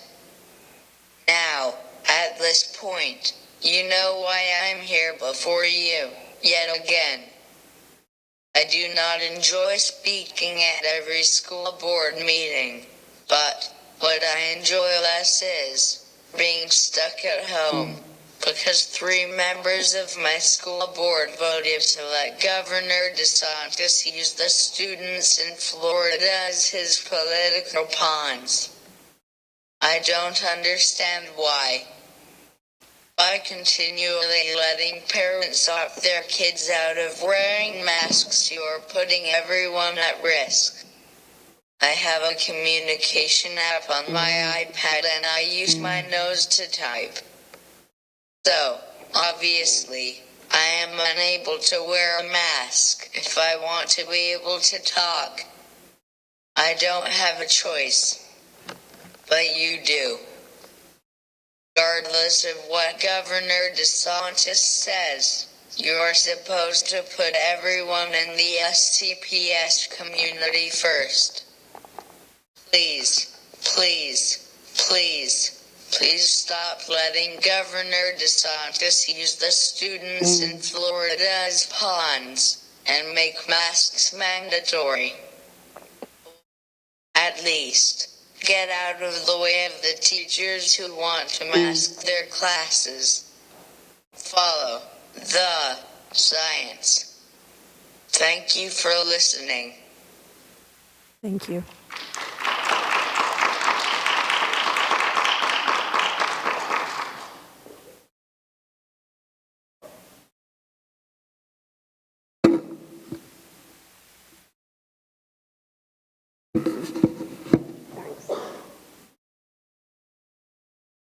My name's Alison Holmes, and 2 of my children are in Seminole County Public Schools.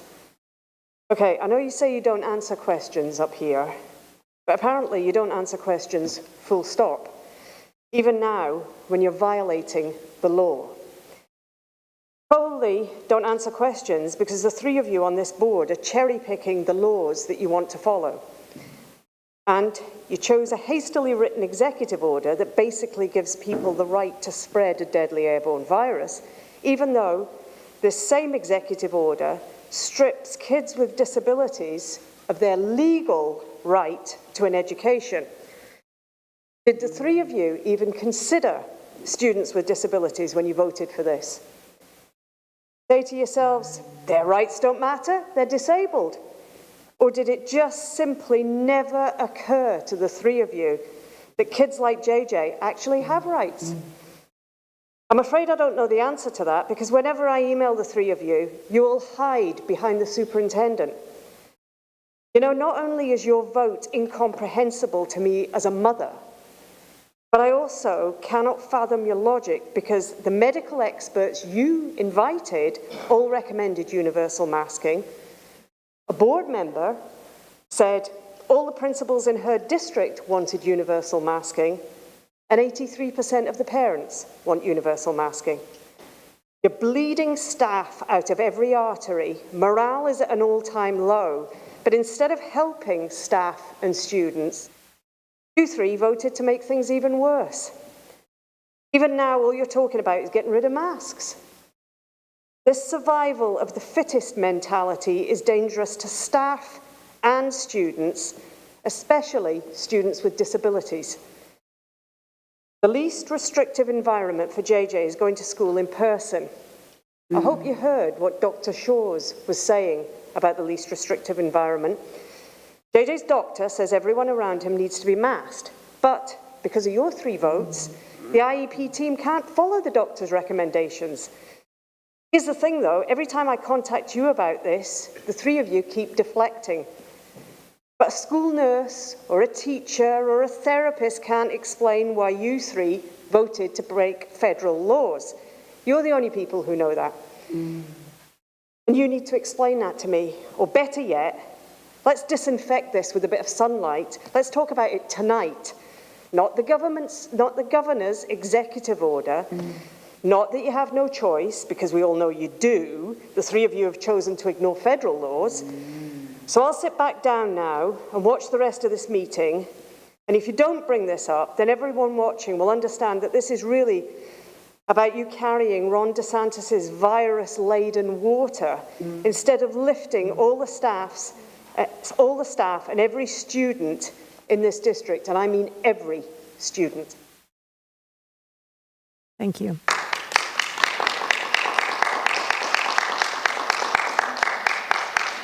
Belinda Ewan.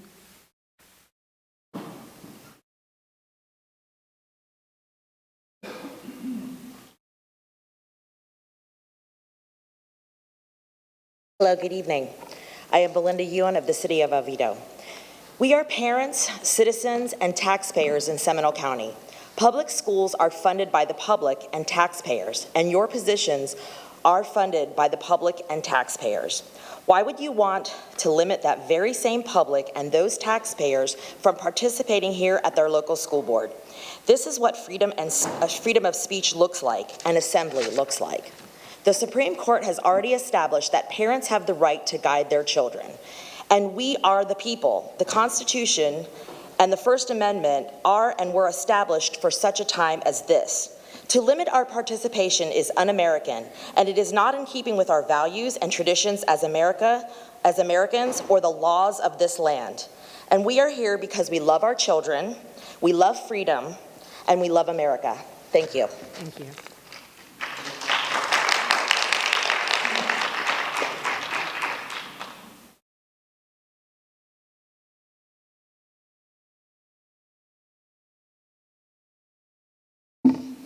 Members of the board, good evening.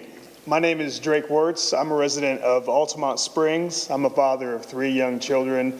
I manage and operate a small business here in Seminole County, and I'm also a 2022 candidate for Florida State Representative in District 30. Sir, do not campaign. Thank you. Oh, sure. Yes, ma'am. Don't worry. I'm not going to announce anybody by name either. I don't want another 5-minute recess. I appreciate that. Thank you for adhering to the policy. Yes, ma'am. Absolutely. We do not want any more recesses. Again, there's been a lot of talk tonight about subjective opt-out enforcement. I have a suggestion for it. Don't have any opt-out mandate whatsoever. We are essentially, for lack of a better term, asking kids to show their papers. This time last year, we were talking about, there was debate as far as to whether school was going to be open or not, and now we are talking about 12-year-olds getting vaccinated. It's currently October 12th, 2021. In March of 2020, I also heard the same thing that I heard tonight, where we were just saying, oh, we're just asking for 2 more weeks. Well, I remember in March 2020, we just said 2 weeks to slow the spread. The hamster wheel is going to continue. We need to realize that we are never going to have 0 COVID cases. In regards to 12-year-olds and under being vaccinated, with the findings of the recent Pfizer whistleblower through Project Veritas, noting that from an inside source, inside of Pfizer, where the vaccines were manufactured, they stated themselves that antibodies are stronger than these proposed vaccinations. We should end all mandate requirements for teachers and for employees. In the swamp in Gainesville, Florida, we can pack a stadium with 100,000 people. Yet teachers have to be forced to wear a mask in their class with their children. There's also been a lot of talk about what is essential visitation and non-essential visitation. You know what's essential? Parents being able to visit their children on campus. That is essential. And lastly, a concern of mine as I stand up here is the recent edict and discussion from the Department of Justice about labeling parents, concerned citizens that speak to the public school boards, labeling them as domestic terrorists or extremists. Let me be clear and let me say this outright. We appreciate your commitment to public service. If anybody threatens you or if you feel violated in any way, shape, or form, that person should be prosecuted and dealt with on a local law enforcement issue. However, peacefully petitioning your government for a redress of grievances should never be limited. So I say this to the parents that may not be here, to the parents that are watching at home, you will always have a right to come here and speak to the school board, no matter what side of the aisle that you are on. Our Florida State Legislature, our leaders, they should always protect that right. And we've heard some talk about defying federal law. Well, when your time is up, Mr. Wirtz. When tyranny becomes law, resistance becomes duty. So to the parents at home, your time is up, Mr. Wirtz. Here, we will stand by you. God bless you and God bless Florida. Thank you. That concludes public input.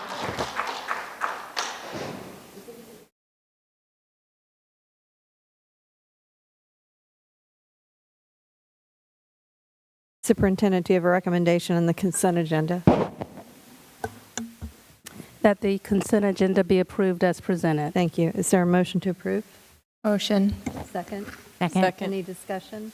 All in favor signify by saying aye. Aye. Any opposed? Motion passes. Thank you. Superintendent, you have a report? The monthly grants report is read only and nothing else. Thank you. Board members, if you have committee updates or any events, et cetera. Member Caldwell? I didn't have any committee meetings, but I wanted to thank Sheriff Lima and his group for hosting the Seminole County Faith and Blue celebration this week. It was great to see how our community can come together. Thank you. Thank you. Member Sanchez? Yes, yesterday at the Central Florida School Board Coalition meeting with the 14 different Central Florida school boards. And we discussed a lot. It was actually a meeting that lasted until the very end, which is not usual. We did have our legislative liaison speak on behalf of the new mandates with FSA being the last year. And then it will go into the progress monitoring. However, progress monitoring is still at the very beginning stages. I don't even really think they know a lot about what progress monitoring is. They did reiterate to us that it's extremely important that we speak to our legislators and very simple terminology, especially teachers, parents that are involved. Let them know, what we need financially to help run our schools, to help with mental health, with our services for all students, and to make sure that we get what we need, especially with our ESSER dollars and so on and so forth. I know that, we're still waiting for the last, supposedly we missed a deadline, the state did, but we did submit ours correct.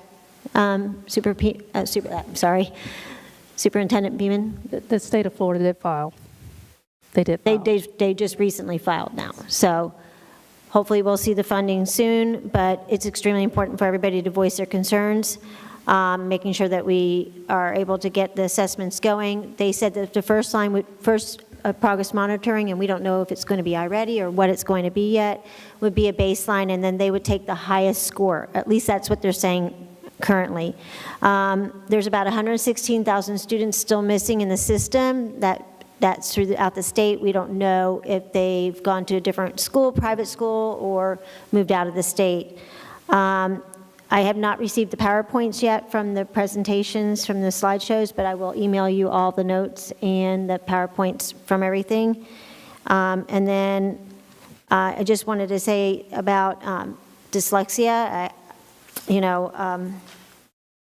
Having a son with dyslexia and being a teacher and really never learning a lot about it in college or as a professional in my field of teaching for 26 years, it is critical that we know more about dyslexia and understanding it and making sure everybody else does. Thank you. Thank you. I had the Business Advisory Board meeting last week. We have 4 new members I'd like to announce. Lavita Hayes, Tish Cooper, Eric Welch, mental health member, and Pedro Marrero, he's a real estate planning and development. The Business Advisory Board has a new membership committee, and it is growing by leaps and bounds. So I'm proud to be a part of that and look forward to some of their input. Superintendent Beeman, I can't let this moment pass. Can you and I brainstorm ideas to support J.J. Holmes so that he can have the least restrictive environment? Can you and I have a meeting? Member Krause, we could have a meeting, but the IEP team is really the appropriate place for the educational placement for the student. And so we couldn't create an education placement for the student. Okay.